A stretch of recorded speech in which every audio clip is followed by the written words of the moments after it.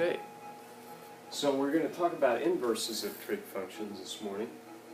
And inverses are reflected about what line? Do you remember?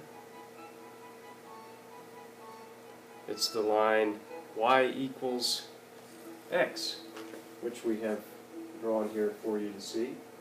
So this is the line sine, this red line here, and its inverse is going to be reflected about y equals x. So it is this blue line here. We call that sine inverse, or sometimes you'll see it as arc sine, A-R-C-S-I-N, just means sine inverse. And notice it's not a function y, because it does not pass what? The vertical line test. You can see it touches the line at several points.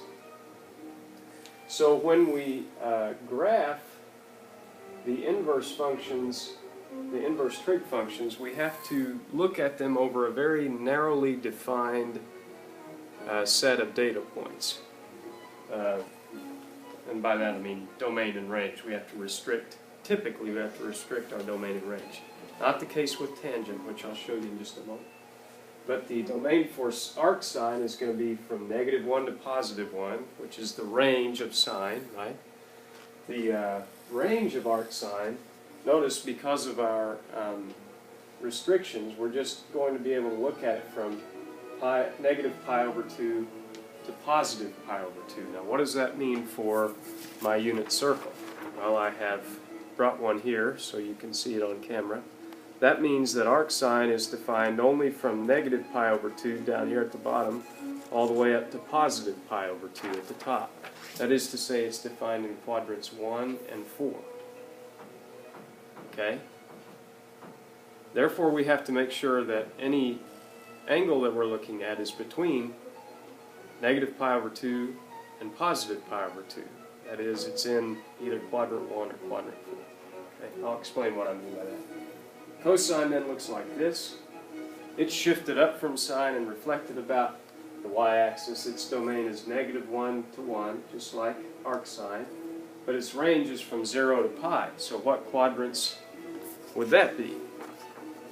If you're at 0 here, you're going to be in quadrant 1 all the way over to quadrant 2. Right? Quadrant 1 and 2. 0 to pi. And then for arctangent, there is no domain restriction. Its domain is from -infinity to +infinity, but its range is restricted. It's from -pi/2 to pi/2, just like arc sine. So quadrants 1 and 4. All right. So how could we work some of these problems here? We have the inverse sine of square root of 2 over 2. Well, I think it would be best to go to your unit circle and see. Now, arc sine is defined in which quadrants again? First and fourth. So where do I have a sine value in quadrants 1 or 4 that is equal to square root of 2 over 2? That is a y-coordinate of square root of 2 over 2. Well, it's going to happen at where? Pi/4. And you say, wait a minute, I've also got one not only at pi/4 here, but also at 3pi/4 I have square root of 2 over 2. But what's the problem with 3pi/4? It's in quadrant 2 where arc sine is not defined, right? So just get in the habit of remembering the range restrictions for these. How about the cosine inverse of -1/2? Well, it's going to be in quadrant 2, and therefore it's going to be what? 2pi/3. Very good. And the tangent inverse of -square root of 3 over 3, that's going to be where I have 1/2, either 1/2 and -square root of 3 over 2, or sorry, either square root of 3 over 2 or -1/2. Yeah, let's see. So it looks like it's going to be 11pi/6. Very good. In other words, right there. All right.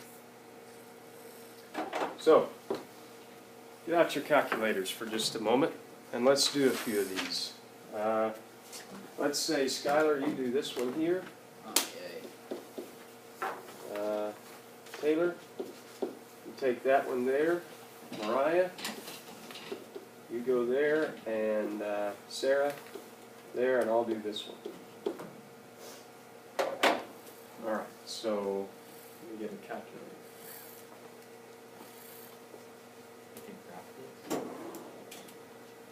Well, here's what you do. I'm going to show you. I'll show you how to do it on mine. All right, I'll show you on the screen. Notice I've got degrees and radians. Cosecant is what in terms of a trig function? It's 1 over sine. So I go to my calculator, 8.205. You guys can help me remember that, can't you? All right, right here, 8.205.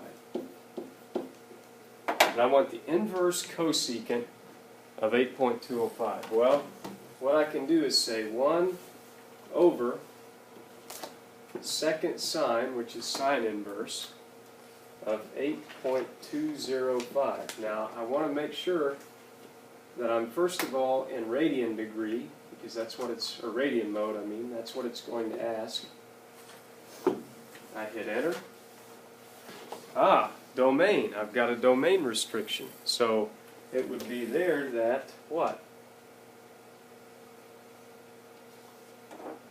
This would be undefined? Oh, let's see. Not so. Well, let's see what's going on here. Can I put it in wrong?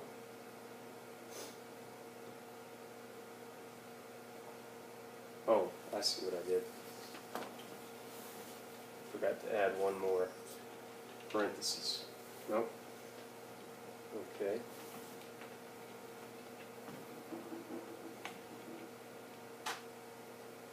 Cosecant inverse, did I hit the right thing? Sine inverse, 8.205. Well, let's see here.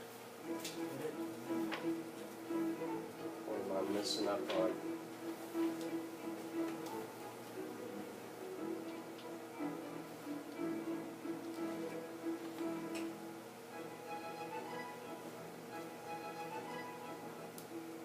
Oh, I'm sorry. I did do the wrong thing. I should say sine inverse of 1 over 8.205. That's what I needed to put. There we go. And then to put it in radians, rather degrees. Oops.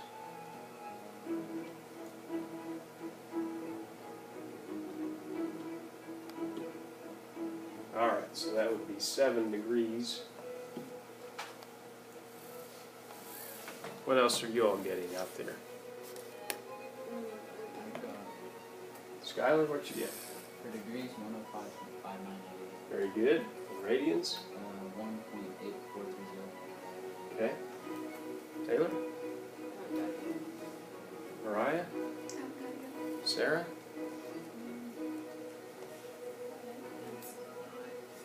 Not working out? For a degree, I got negative 14.6. Okay, very good.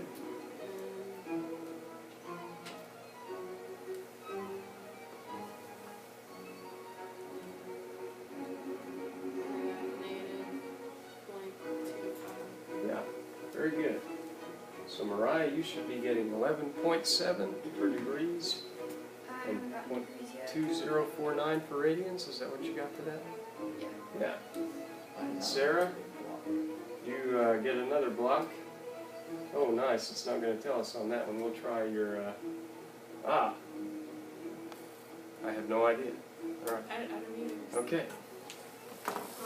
We'll move on. That slide is giving us trouble. Remember to check the number if it's in the domain first. That's the key. All right? So the cosine of the cosine inverse of square root of 3 over 2, guess what's going to happen to these two here? They're going to cancel out, and we'll just have square root of 3 over 2. Does not exist because it's not in the domain. Remember, sine is from negative pi over 2 to pi over 2. Pi over 2 is 1.57, somewhere in there. Okay? And then tangent inverse of tangent inverse of pi over 6. Okay? All right, how about this one? How would you solve that? Well, we would have what? We would have some angle. Oh, that's a terrible color. I apologize. I'll put up black here. We'd have some angle such that the sine was 3/5. What would my other side be? It'd be 4, right? So the cosine of that angle would be 4/5 or 4/5.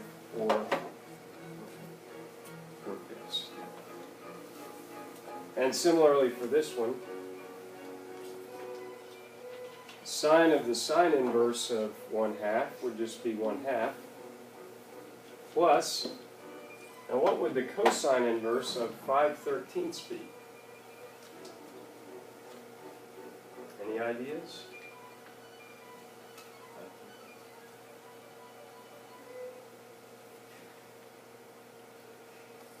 Oh, wait a minute. I better not, hang on just a second. Notice it's the sine of the whole thing. I was thinking it was just that. So I have a sum identity for sine, so it's going to be, oh, there I go again. It's going to be the sine of alpha times the cosine of beta plus cosine alpha sine beta. So in this case, it's going to be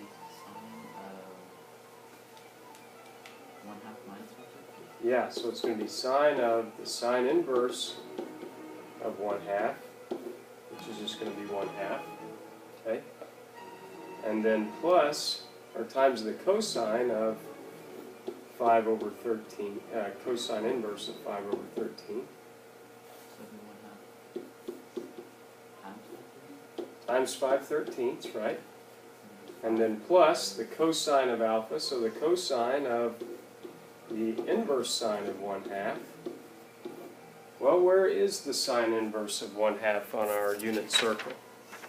Let's see, it looks like it's going to be at pi/6. So what is the cosine of pi/6? Square root of 3/2, right? Yes. So that'll be plus the square root of 3/2, and then times the sine of the cosine inverse of 5/13, which in that case will be 12/13. So we'll have 5/26 plus 12 square roots of 3/26, and my answer will be 5 plus, extend this up, 12 square roots of 3/26. You know you set that problem up top, right? I did. Yeah, I skipped one. I didn't want to take all the time. Okay. All right. Questions? Statements? Protests? So then the homework for 6-4? Almost done chapter 6. Almost, yep. Is page 575, 4 through 36. Every other even, so by 4s. And then 38 through 66 even.